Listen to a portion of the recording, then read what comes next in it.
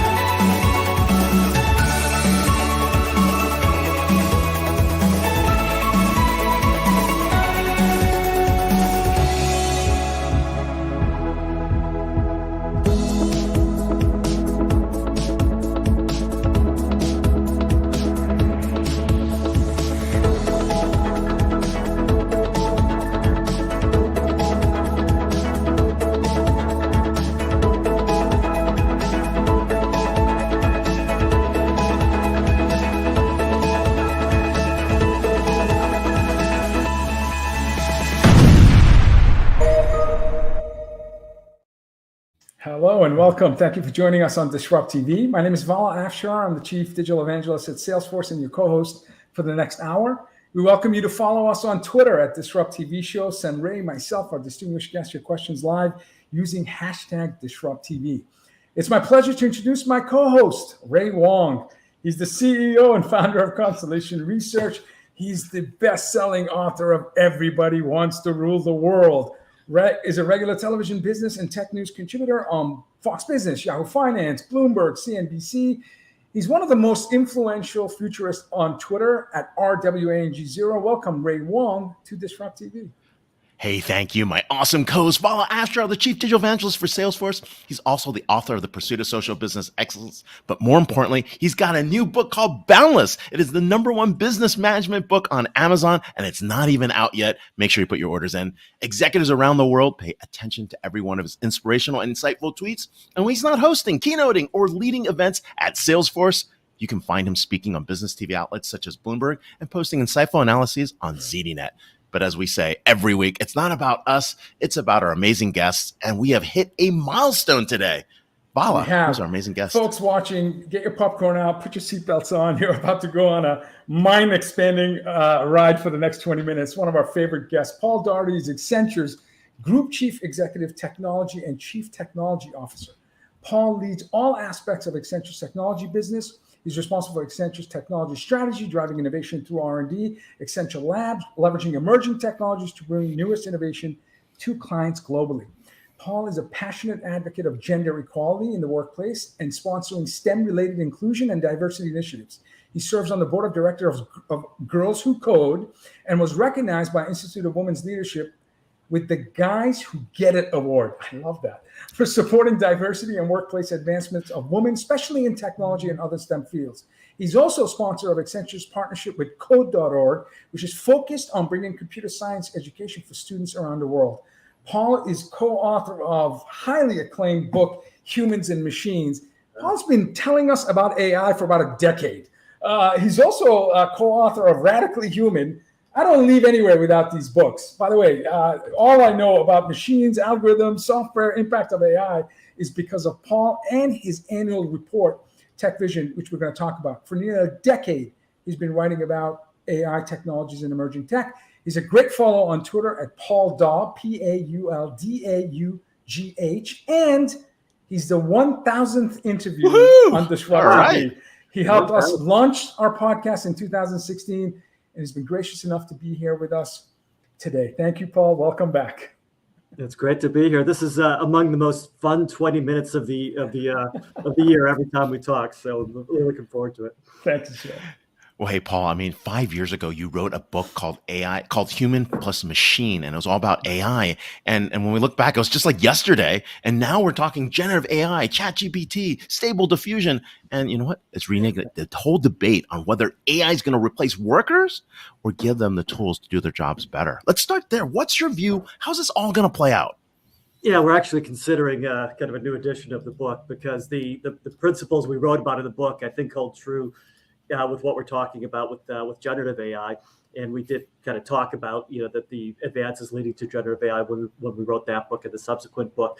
And, fundamentally, like any technology, of course, generative AI is going to have tremendous impact on what we all do as people, the way we work, live, and play. Every technology does that.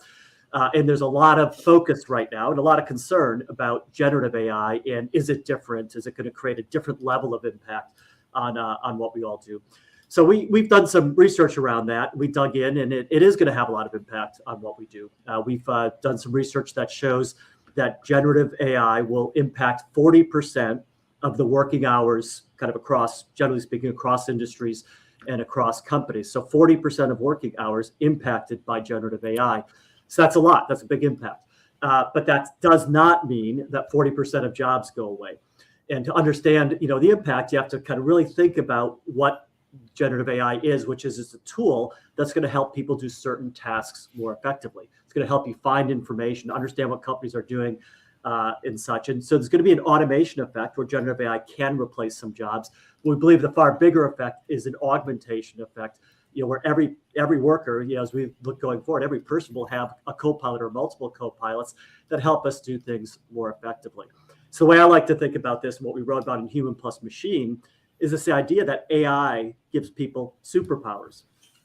AI gives people superpowers, and that in the form of these co-pilots that can allow us to do new things, and we can dive into that a little bit more. But broadly speaking, we see 5 categories in which generative AI specifically is going to give us superpowers, people superpowers to do more. It's in the ways that it'll provide advisory services, such as co-pilots to help salespeople sell more effectively. The way it's going to help with creative capability, such as the work we're already doing in our business to use DALL-E and video and graphical based. To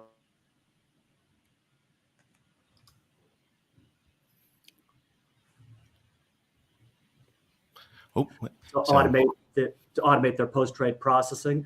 It's going to help with better securing and protecting enterprises in the way we use it. It's going to help develop technologies, coding more effectively. So you look at all that, and I think we're at a stage, we've talked a lot about Moore's Law for computing. And I think what the real potential going forward is more of a Moore's Law for people, where generative AI can help us dramatically and almost instantaneously extend the skills of people in new ways.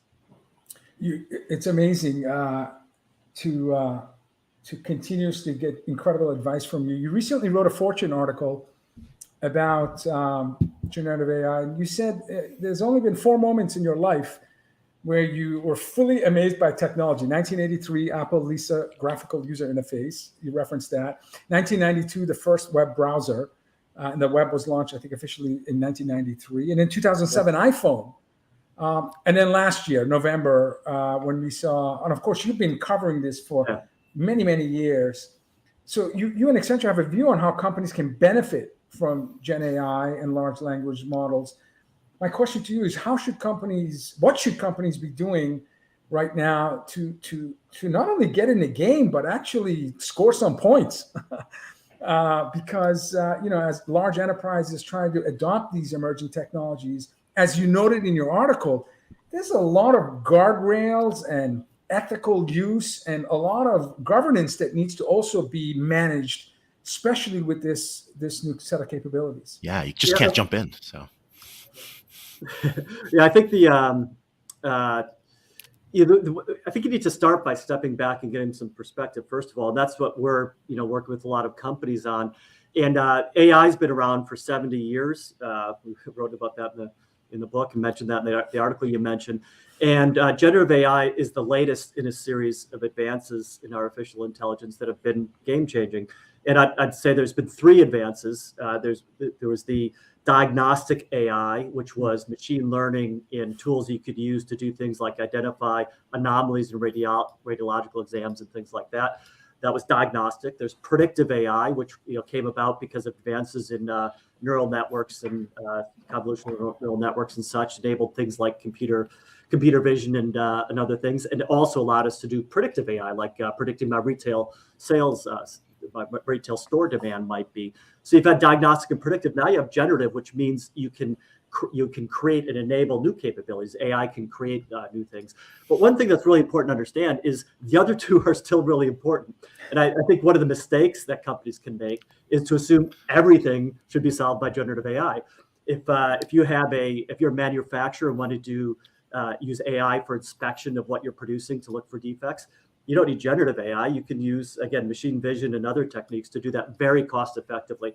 So one piece of advice for companies is look holistically at AI and how it can apply, and look then at where generative AI and the newest advances can do even more than you could with the other forms of AI. And make sure you're also not applying generative AI to things that can be solved in other ways. And then as you dig into it, there's a variety of steps that you need to take to really get the value from generative AI. And what we advise companies on is, first of all, you have to decide and look at the vast array of models out there and decide how you're going to use them.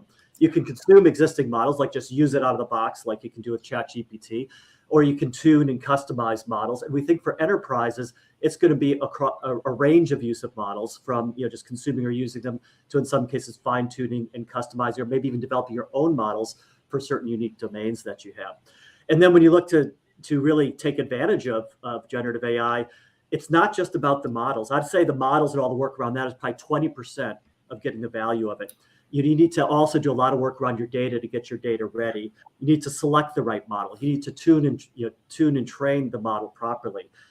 You then need to integrate the model into your technology. So if you're in a call center, you can use a generative AI to help the call center operate more effectively. A lot of integration with the technology. Can it perform? Can it scale? Does it work right? Is it accurate? You need to do all the testing around that. Then you need to change the processes so they're different, so people understand how the process is different when they work with a co-pilot and do things differently. And the change management, the training around that. And then there's operationalizing all this in the feedback loop to make it effective. And I think that's what you really need to look at, is not just with a model, selecting a model, what it can do, but how do you really implement it and integrate it across your business to really drive the impact you want and start creating that discipline to do it today. No, let's make a lot of sense. And one of the interesting things, as you're talking about that, you put out a very interesting set of principles around ways of co-working, right? And this is going to be very important, right? As we look at augmentation. And we always talk about how AI, you can have full intelligent automation, right? At some point, you'll have augmenting the machine with the human as we get to removing false positives, false negatives, training these systems, understanding why we make, like the exceptions that we do, and then augmenting the human with the machine so we can actually co-pilot, co-work in a way that's super powerful. And then, of course, there's places where we're going to need human touch. So let's go deeper on that area around co-working and different potential ways to do that, because you laid it out in a very, very clear manner. Yeah. I think when you think about how do you create the co-pilots and how does work really change? I kind of talked about some of those elements I mentioned earlier with those 5 steps. I mean, think about advisory, kind of creating advisors for people. In a sales scenario, like I mentioned, we're actually doing this for a global company right now, deploying a large language model, a foundation model, to help their customer service agents service customers more effectively. It can understand the context of what the customer is requesting. It can access information, technical manuals, and all sorts of other things, and summarize what information might best help the person answer the customer's question. It can suggest cross-selling opportunities. That's kind of an example of how to get the capability working together. Another example I mentioned briefly, a large bank where we're using a GPT model to help them do their settlements more effectively. This involves having a model that can read emails, which otherwise people would have to read. Tens of thousands of emails on a daily basis, summarize what's happening in the emails, correlate it to transaction activity that's happening in the systems, and then create summarized actions that humans, people can review and then act on in a much more efficient manner than the previous way of doing things. So the work becomes, the work is structured in a way where you can really apply the human insights more effectively, less drudgery and kind of sorting through lots of emails and transactions, and much more productive and accurate results for the company. So those are some of the kind of examples of how you integrate it together. Yeah, and you also talk about this enterprise protector using AI to actually provide security. The creative partner, which is awesome. I mean, that's wild. The protect is one of the categories I think is overlooked.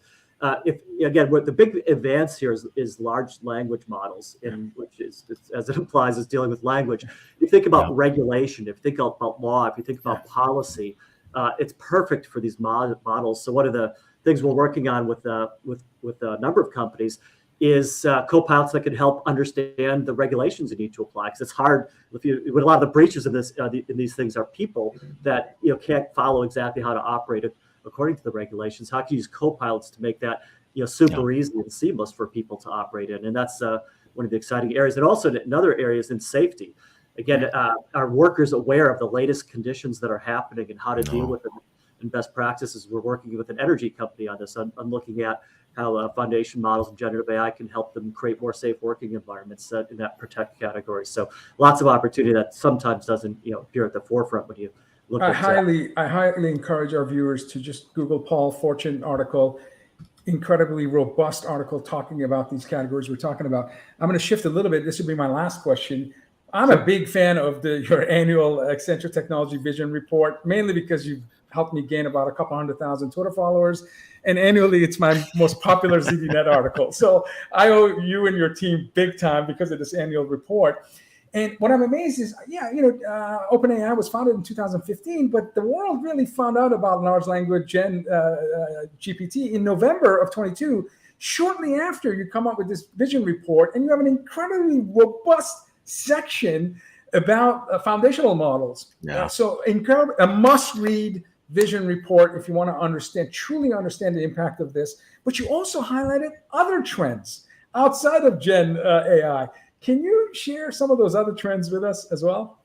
Yeah, we have one of the things we do year round. We have Accenture Labs, which is our research organization, and they've been doing research around large language models, transformer technology, and such for a while. So, and they're looking ahead, looking ahead at the next things that are coming. And one thing I'll say is, based on the work we're doing, is as exciting as generative AI is, and I just described as the third biggest advance that's come along in AI. It's not the last and probably not the biggest breakthrough that we'll see in AI. There'll be other bigger breakthroughs coming, common sense AI and other domains that'll be even more impactful. So stay tuned, for what's coming and going to happen. But to our vision, we work on this year round. We're already working on next year's vision, but I can't talk to you about all of that right now. We're okay. You can share. It's a little bit. But the title of this year's vision, which just came out a couple of months ago, was called "When Atoms Meet Bits: The Foundations of Our Shared Reality," and it's think atoms, the physical world, and bits. And what we're talking about is we've been focused on the digital world for so long and how technology can create and shape the digital world. And our 2013 vision that I wrote was titled "Every Business is a Digital Business." That's 10 years ago. We said every business is a digital business. You must have got a lot of flack for that one. We got a lot of flack. I spent a lot of time defending that and getting yelled at for a while. Boy, it's so nice to be right. It became well accepted over time. So, but what we're saying this year, 10 years later, is the next stage of digital is digital plus physical, when the atoms meet the bits. And it's about how generative AI is combining and fusing the human capability with the technologies I talked about. It's talking about the metaverse, which is, again, a lot of flack being directed at the metaverse right now. And I think the word is becoming a bit of a boat anchor. But the concepts underlying metaverse, shared experiences, new digital ownership, are trends that we're talking about in the vision. That is real, and that is moving fast. Just wait and see what Apple's going to announce shortly as an example. And and think about how, currently our physical world and our digital world are separate. That's all come together. And that's when atoms meet bits. We believe that's the next stage, and every company needs to look at, does your digital strategy anticipate digital plus physical? I'll just highlight one of the trends, since we don't have a lot of time. We talk about generative AI and a lot of that related things there. We talk about digital identity and blockchain and lots of concepts around that. But one of the trends is forever frontier, and it's talking about the next generation of where technology is going. So technology has gone from the back office, digital in the back office, to digital in the front office and how we engage with consumers, to digital in manufacturing with OT, the operational technology. So we've gone from IT, information technology, to OT, operational technology. And with Forever Frontier, we're talking about ST, science technology, computational chemistry, synthetic biology, generative AI in pharmaceutical and drug discovery. So digital is changing how we invent and make things. And that has even bigger implications than what we've seen with IT and OT. And that's kind of what we talked about there, in addition to new forms of compute like quantum computing and biocomputing and things that are having material and real impacts on companies today. Paul, you have the best job in the world. I'm just going to say it. I mean, you guys in the catbird seat talking to everybody, so I love the job. On the forefront of leading innovation and technology. Amazing, amazing. Thank you, sir. Yeah, no, and Forever Frontier was my favorite one part of this, and we're seeing that happen, right? Things like immersive AI, we're seeing like extensions of what that hyper reality is for biochemistry, physics, material science are all coming back to us. It's very, very interesting, and it's all being digitized from atoms to bits. So very, very amazing. I'll be watching my mail for the watch that I get for the 1000th guest. I guess there's a gold watch. Is that what there's got to at least be a Saturday Night Live jacket. There's got to be something. Yeah, stay tuned. We got to get a DisrupTV jacket. Stay tuned. Yeah, we're here with Paul Daugherty, Group Chief Executive Technology and Chief Technology Officer at Accenture. You can follow him on Twitter at Paul Daugh, Daugh. And thank you so much for being on the show and being our 1000th interview. So, thank you, Paul. Thanks, guys. It's always fun. Cheers. Expand your mind. I mean, we could, we could expand our mind, but we've interviewed 1,000, but I'm not sure if ever show. Uri Levine is a passionate entrepreneur and a 2-time unicorn builder, and author of, just read his shirt, Fall in Love with the Problem, Not the Solution. This is a handbook for entrepreneurs. Uri is the co-founder of Waze, the world's largest community-based driving traffic and navigation app, which Google acquired for over $1 billion, and former investor board member of Moovit, Waze Public Transformation, which Intel acquired for over $1 billion. Uri's vision is building startups that are doing good and doing well, focusing on solving problems and hence changing the world for the better. Uri has been in the high-tech business for the last 40 years. He must have started when he was like 5. He doesn't look like he's been 40 years. More than half of them in the startup scene, and has seen everything ranging from failure to moderate success to massive success. You can follow Uri on Twitter at URILEVINE1. Welcome, Uri, to DisrupTV. Thank you. Thank you, sir, for being here. Uri, thank you so much for being here. It's amazing. And in the book, there's a lot. And the book just came out January this year. And one of the things that it addresses is an important question everybody has. Like, is that idea big enough to become a startup? And is that something that, can actually take it to the next level? And you actually do a good job of actually explaining that. So let me turn it over to you to kind of explain, when can an idea, or is an idea big enough to become a startup? So, for me, the starting point is always the same. Start with a problem. Think of a problem, a big problem, something that it's worth solving, something that the world will become a better place if you solve that. And then ask yourself, so who has this problem? If you happen to be the only person on the planet with this problem, you know what? Go to a shrink. Way cheaper than building a planet. But if a lot of go to a shrink, what you really want to do next is go and speak with those people and understand their perception of the problem, and only then go and build the solution. Now, if you follow this path and your solution works, it's guaranteed that you're creating value. If you start with the solution, you might be building something that no one cares, and that's going to be really frustrating. Now, when you have these dialogues with potential users, If the problem is relevant for them, they're going to echo back their view of the problem, and they're going to send you on a mission. And this is where you're going to fall in love with the problem. And when you are in love with the problem, the problem is going to serve two purposes. The first one is that this is going to be the North Star of your journey. And if you have a North Star, then you are way more likely to become successful. The second part is that your story is going to be way more compelling. Just imagine that we will be here in 2007 and I will tell you, oh, I'm going to build an AI crowdsource-based navigation system. And everyone is going to say, yeah, very interesting. But no one cares.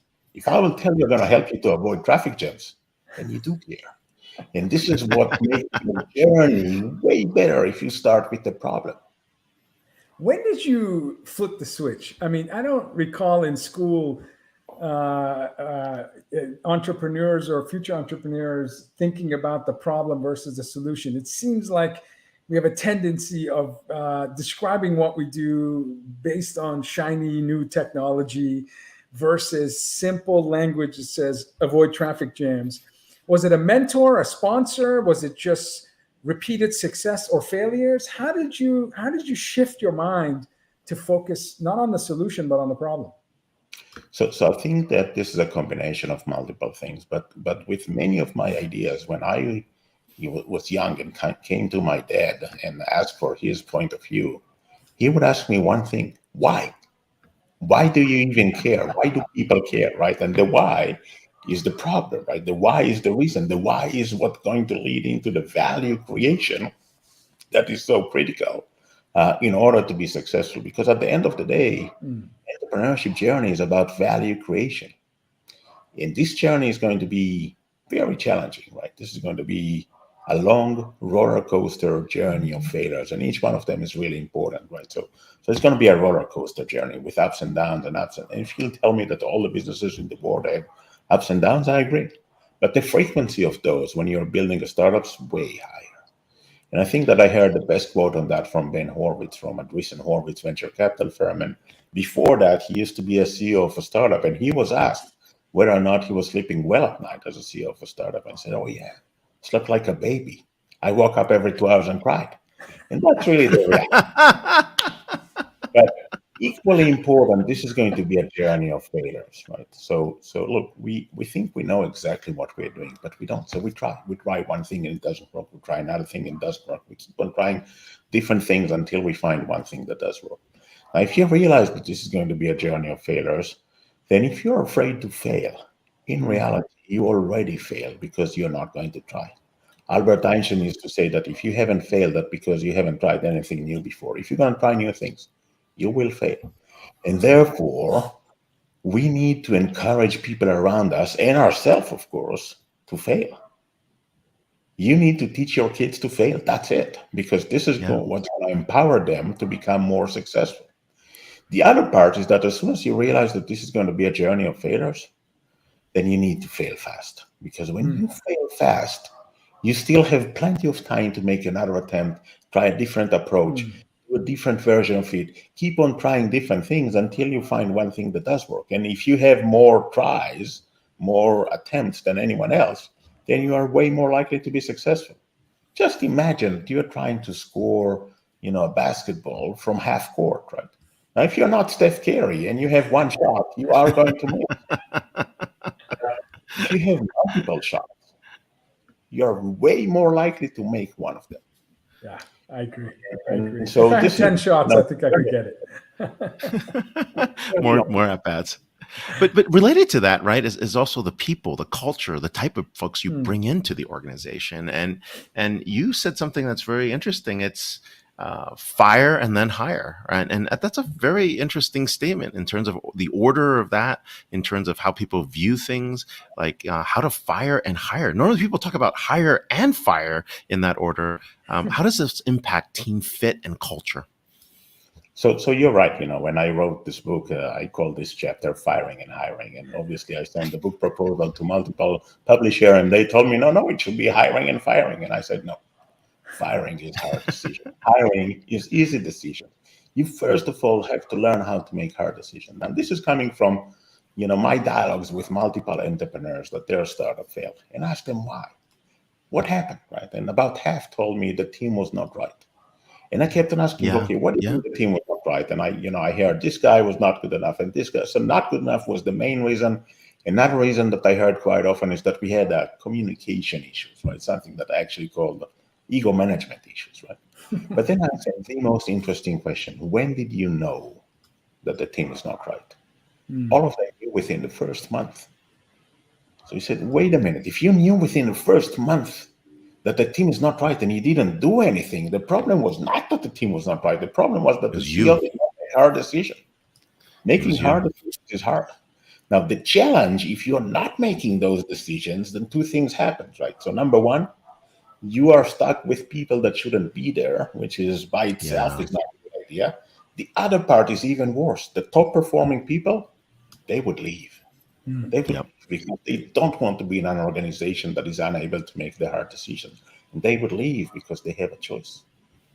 That's It's even bigger impact than that, right? Because if you think of a path to awesomeness, and for a second, I would ask you the following, right? Just imagine startup is a small organization, right? Maybe 10, 20, 30, 40 people.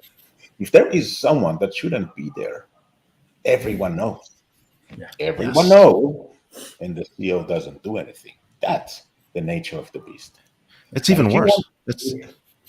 If you want to create an awesome organization, I would ask you the following, right? All large organizations in the world, anything that has to do with large number will end up with a normal distribution, right? We have this normal distribution. We have people and very good people and less than good people and a group of people that shouldn't be there. Let me ask you the following.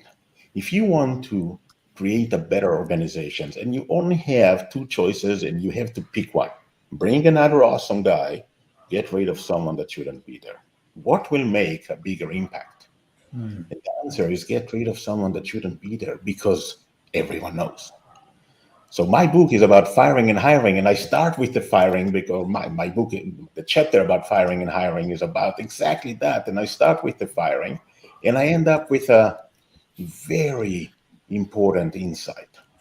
If within a month everyone knows, then every time that you're going to hire a new person, mark your calendars for 30 days down the road and ask yourself one question. Knowing what I know today, would I hire this person? Now, if the answer is no, then fire them immediately because they're not going to be successful. If the answer is yes, however, go and tell that person that they exceed your expectations. And if you can give them more options or equity in the company, that will be an amazing time to do that. Yeah. Wow. What great advice. I don't think I realized the importance of firing maybe 5 to 10 years into my management career, because when you devote so much of your time and energy to be a mentor and a sponsor, you almost view it as a personal failure when someone's not meeting your expectations. So you try to coach a bit more, you try to mentor more, you spend more time with them, only to realize that the team knows.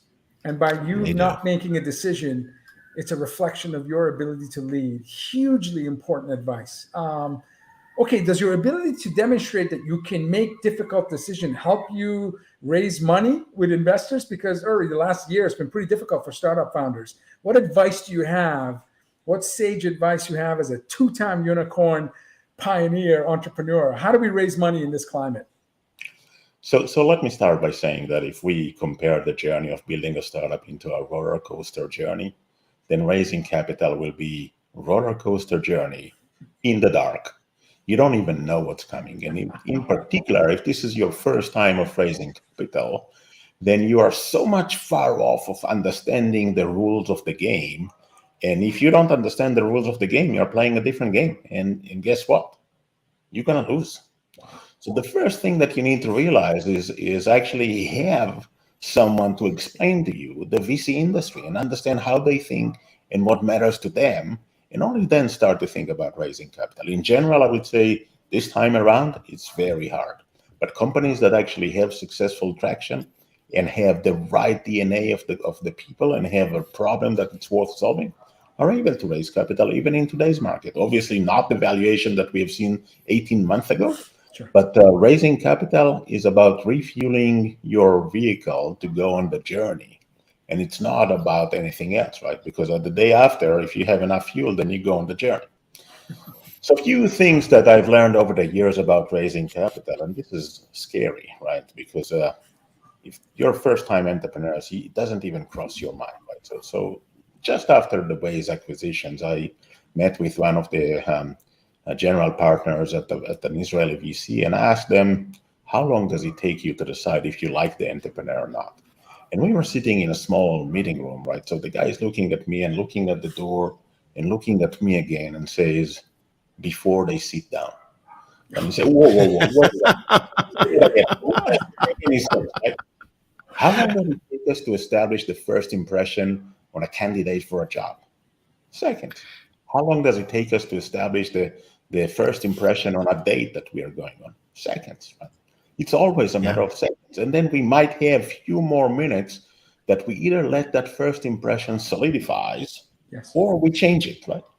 And so if this is the case, then you are going to tell a story. You have to start with the strongest point at the beginning, because by the time you'll get there, it might be too late. And I don't care if the strongest point is about the size of the problem, about how smart your team is, about traction that you have, about 17 patents that you are. I don't care what it is. Start with that. And then the second thing is that I spoke with a lot of investors that invested the first investing round, right? So it could be seed or pre-seed or A round or whatever it is, and ask them why. Why did you decide to invest in this company and this company and this company? What I heard was very consistent. I like the CEO, I like the story. That's it. I like the CEO, I like the story. Wow. Now, if this is the case, then the CEO needs to go alone to the meeting because he needs to shine. And in order for you to shine, you don't want any distractions, right? You want the entire stage for yourself. You want the headlight to be on you and not switching to someone else, right? And so you need to go by yourself. The second part is you have to learn how to tell a good story. And good story is about creating emotional engagement. What you really want is the listener to believe that they are part of the story. You want them to want to be part of the story. And this is not necessarily about facts. Now, if you ask me, I will tell you, look, telling the problem story, way more engaging than telling the solution story. Yeah. No, and people get enthralled with the problem. But you actually describe something that's also very interesting in this book. And this is like one of the things that they say, even in investments and investment strategy, knowing when to buy is easy. Knowing when to sell is hard. Same thing with startups. When is it time to sell and move on? And you've done an amazing job knowing when to move on and take it to the next level or give it to someone else to take it to the next level. And that's got to be a hard decision because as a startup, it's your baby. Right? It's you've put in all that time, that effort, that sweat, that equity, the emotion into it, and then make that decision to let go. That's like an incredible hard decision to do. What is the structure behind that? How do you think through that? So number one, this is going to be emotional and personal, right? So whatever I'll tell you as a cookbook to make the decision, it doesn't going to make any difference. At the end of the day, you will need to follow your gut feeling. But in general, if people ask me when is the right time to sell, so number one is that you need to get an offer. Once you get an offer, then you need to look at it in I would say in three different dimensions. Like the first one, whether or not this is going to be a life-changing event for you. If it is, then start to consider it favorably. If it's not, then keep on building value. That's it. Simple as that. Number two, is that going to be a life-changing event for the entire team? For all those people that help you to build this value throughout the years. And if it is, then start to think about it even more favorably. And even if it's not for you, but it is for them, think about it favorably. If it's not, then in the negotiation, make sure that you make it life-changing event for them, because you have plenty of ability, plenty of room to negotiate different structures of the deal to make it such for them. And then the third question would be, is this company going to be once in a lifetime for you, or you believe that you're going to build more startups? And if you believe that you're going to build more startups, then it's time to move on. Right? When we sold Waze, I was already in a process of building a Moovit and Pontera. And that was easy decision for me back then, right? Because I saw myself as keep on building different startups. And now I have about 10 of those. That each one of them is, trying to solve a problem, trying to create value, try to do good and do well at the same time. And I have 2 unicorns up until now, which is pretty rare. There are less than 100 people on the planet that have built 2. But I'm building more. And so I'm building more because there are more problems that you've fallen in love with.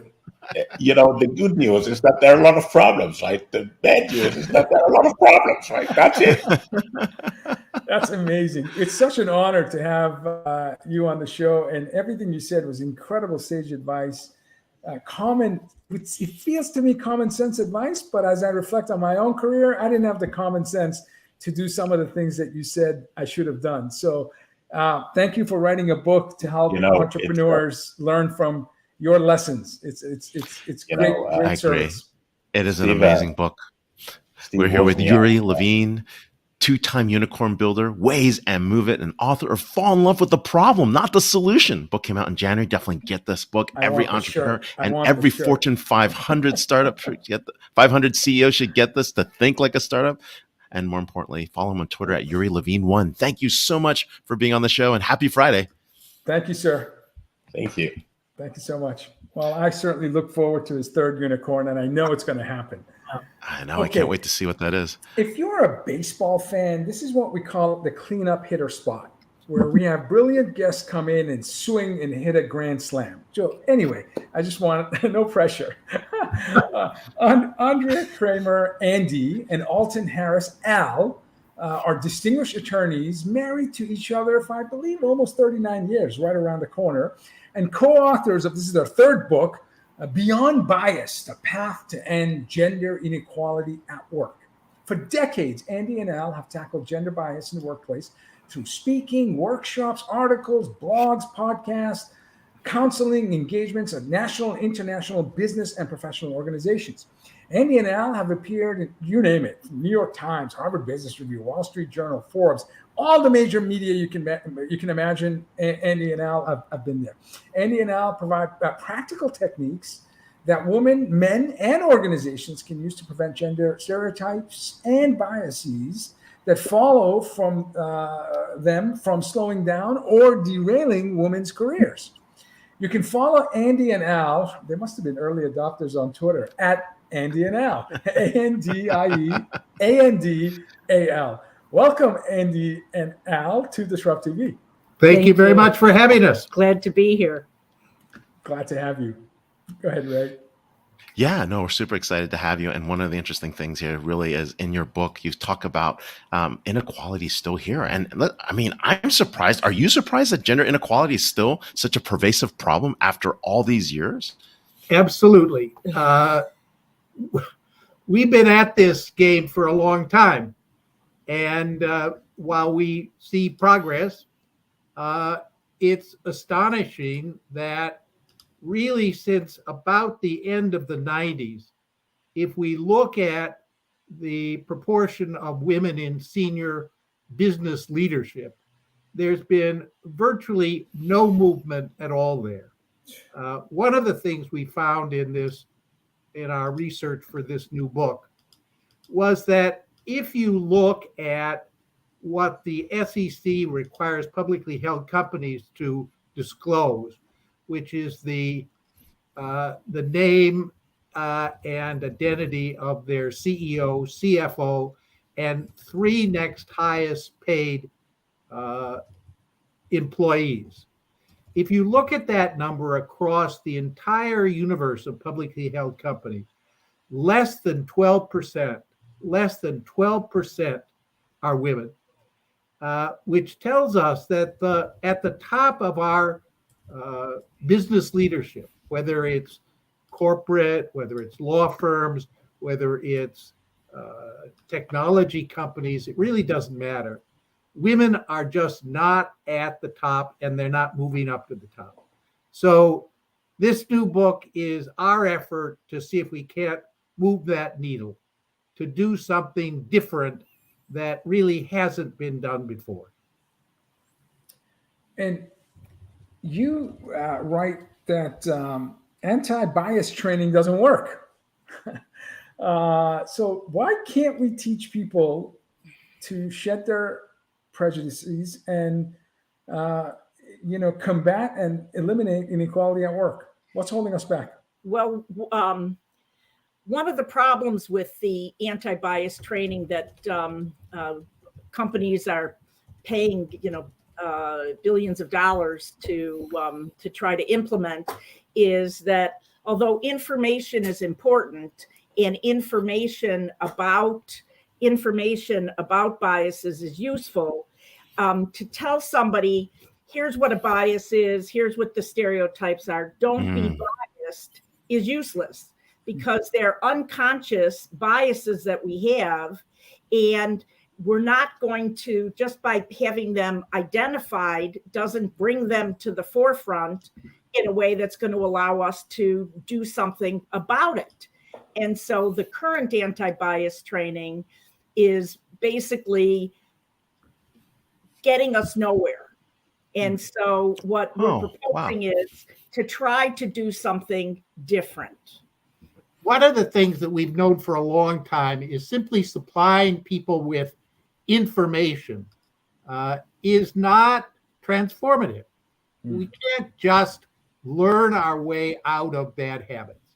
We can't just tell people don't use drugs and expect them not to use drugs, or tell them stop smoking and expect them to stop smoking. We've got to do something to engage either their emotions or to change the context within which their behavior is formulated.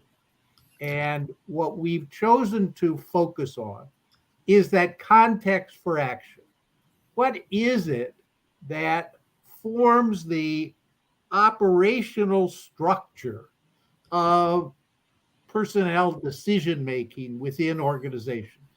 What is it that people follow? What are the processes that they utilize when they are attempting to hire or fire or promote or give assignments or decide on compensation or decide on promotion? They can't, if we simply let people do that with their gut, with their feelings, as they believe is the right choice. People will fall back on their stereotypes. They will fall back on people they're comfortable with. They will fall back to choose those who are like them. And that's where we get into problems. Now, you guys talk about a very important methodology, this 4-pronged path approach, and it's a pathway to actually helping to attack structural discrimination. Talk about the 4 steps in PATH, P-A-T-H.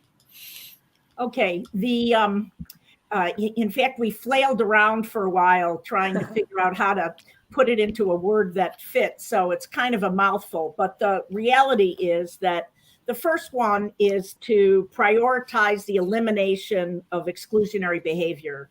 One of the key issues is that exclusionary behavior is a key part of what prevents people from feeling welcomed, comfortable, and in the organization. And there's a lot that we could talk about and peel back on that. But that's the first one.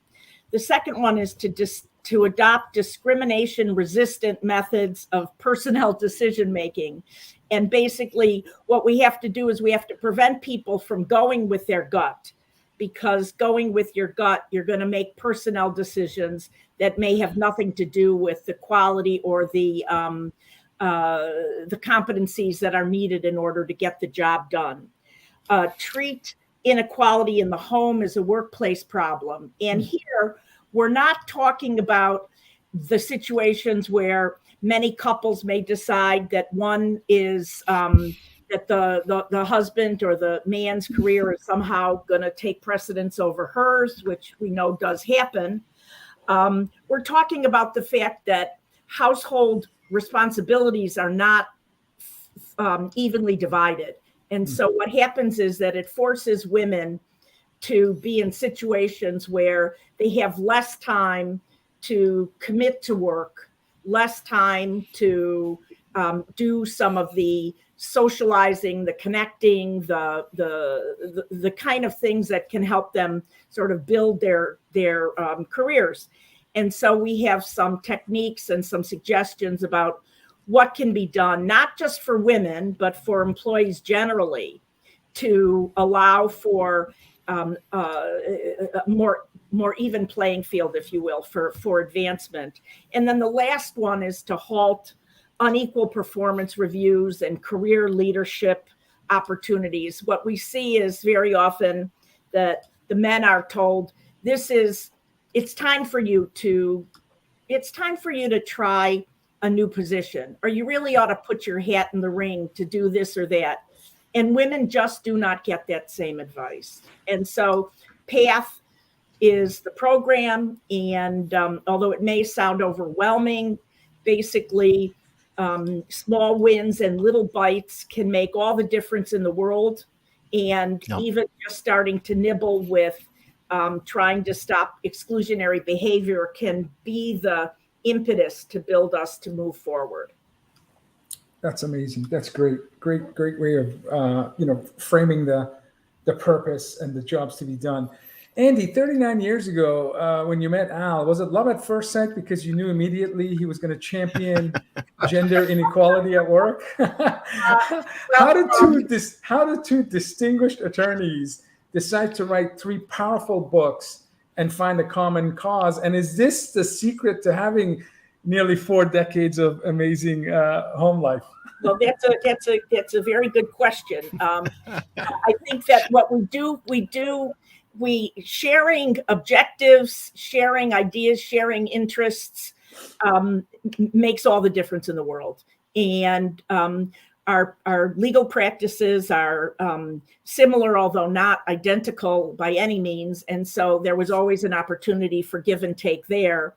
In the context of writing the books, I had, when it was time to write the first book, I went to Al and I said, I want to write this book, but I want to do it with you because he has the male perspective, which is similar but sometimes different from mine. Sure.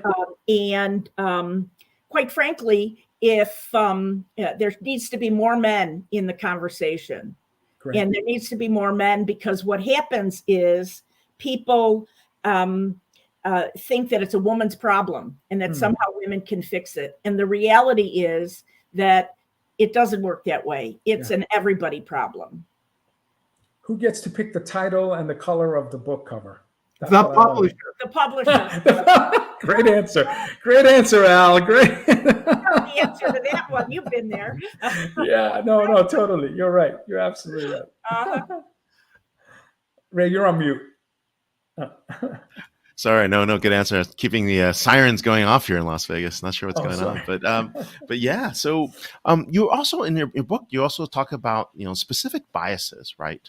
And there are 4 that you guys hone in on, and why are those 4 there that you honed in more? I'm sure there's different levels of bias. There's different other biases that are out there, but there's 4 that you identify as prominent, or things that you probably see more often than others. Well, I don't know that we see them more often, but we think that these are the operative biases that are holding women and members of disadvantaged groups back. And to go through the 4, the first is affinity bias. This is a natural bias. It isn't a socially or culturally inculcated bias. It's the way that we're evolutionarily programmed.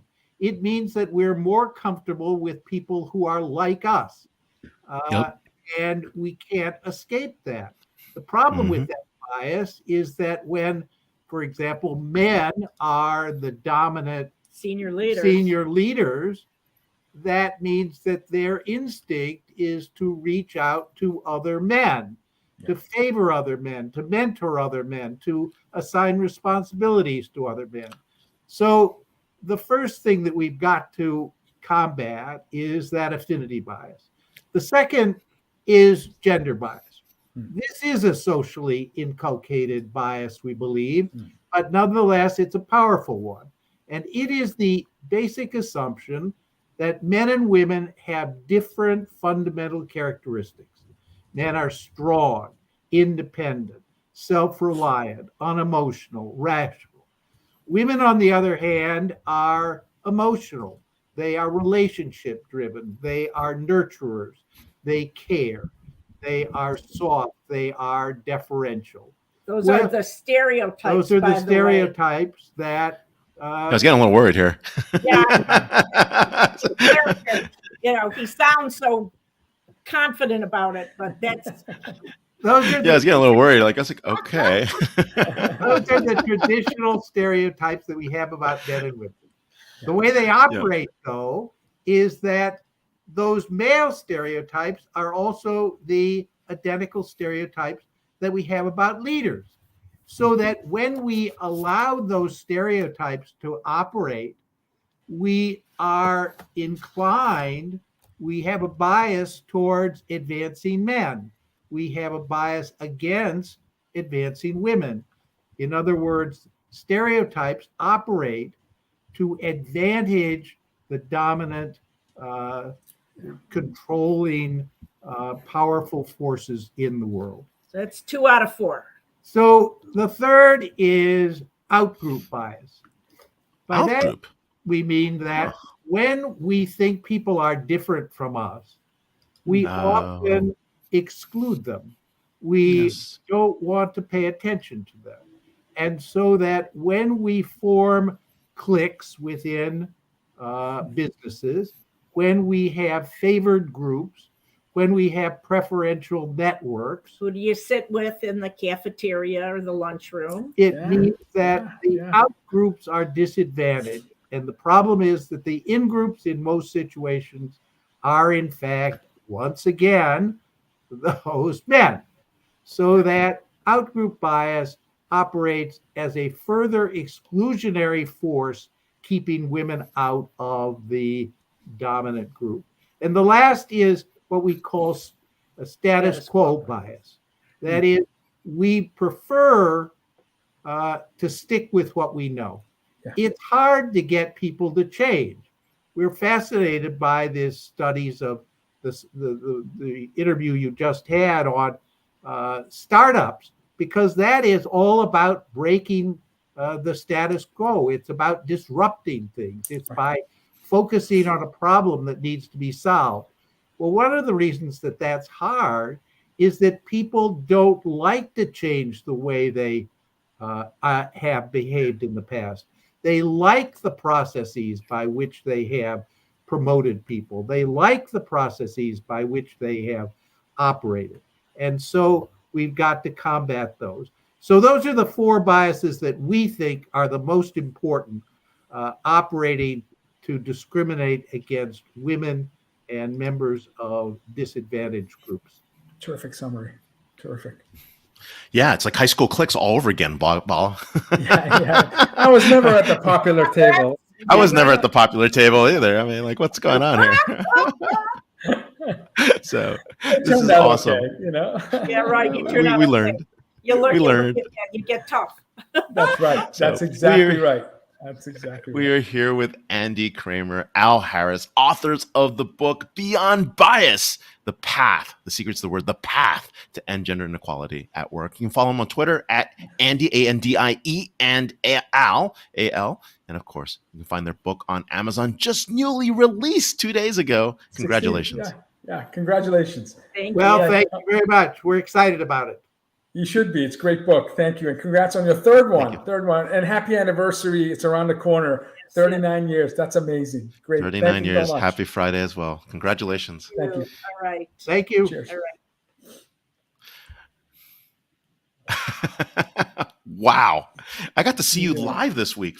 That was pretty cool. It was awesome to see you. We had many amazing meals together. One amazing lunch, one amazing dinner. With entrepreneurs, with physicians, with design experts, with lots of different incredible people in your circle. You certainly have a very inclusive mindset in that when I'm with you, I'm always surrounded by diversity of age, gender, ethnicity, job function, industry. So You live by those by the ethos of the last guest talking about the importance of inclusivity. Please summarize the last hour for us. First of all, it felt like 5 minutes for me. We could have talked with Paul, Uri, and Andy and Al for an hour each. But give me a 1 minute summary of the last hour, please. Look, we had 4 incredible individuals on the show, and really the ideas here are really expansions upon things that we've all seen and are starting to see manifest within humanity. The first one is really where AI and where humans are going to play a role. And I think Paul did a wonderful job really helping us understand why and where and how far this is going to go, right? And I think we're just at the beginning of that revolution. We're basically about to make that next leap. And we're at a point where we've got to ask questions. When do we have humans work on stuff? When do we have AI work on things? What are the rules around ethics? What does that mean when we put all this together? And so I think we're about to see an explosion of new ideas, an explosion of new types of work, and a lot of displacement as well. I think we're going to have to figure out what that means. And I think that's the societal implications. But in general, right, it's going to be a whole new advancement. What we learned from Uri was something very different, was really about finding a problem, putting a passion behind that, and really getting a workforce and the right culture to actually take something to the next level. But I think what was more interesting about what Uri had, and I don't know if you felt this way, Vala, as well, was he really distilled it down to some simple concepts about how to make a startup successful. Very, very successful. They're like the most basic concepts. Like, showing up as one. That was brilliant, because the CEO is about half the equation in terms of investment into your company. And then the fire before hire, in other words, making hard decisions quickly, super simple, super powerful advice. Just very, very distilled to the most simple points, right? I mean, I was like, wow, I wish I had thought that clearly when starting a startup.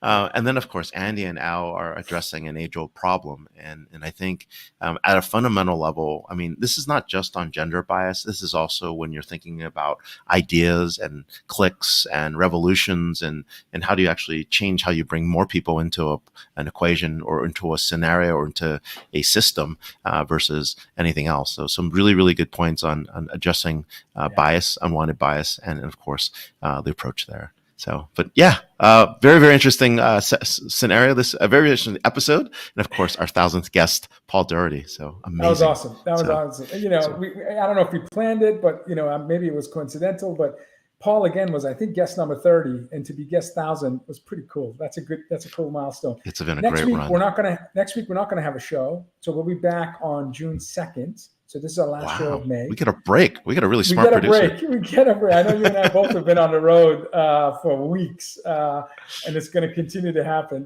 So episode 324, which will be June 2nd, we have Tiffany Bova, global growth evangelist at Salesforce. Her new book is right above my shoulder, so we're going to be talking about her new, sure to be bestseller. We have Priya Krishnan, Chief Digital Officer for Bright Horizon. Priya built the largest childcare organization in India and was named one of the most incredible innovators. And now she's doing that here and globally. And Maura Aarons-Mell, author of The Anxious Achiever. I could relate to that. Anxious achiever. I'm certainly anxious all the time. Could be one of us. So if it's Friday, it's DisrupTV. Keep recommending guests. Thank you for watching, and we'll see you in 2 weeks. Bye, everyone. Take care, everybody.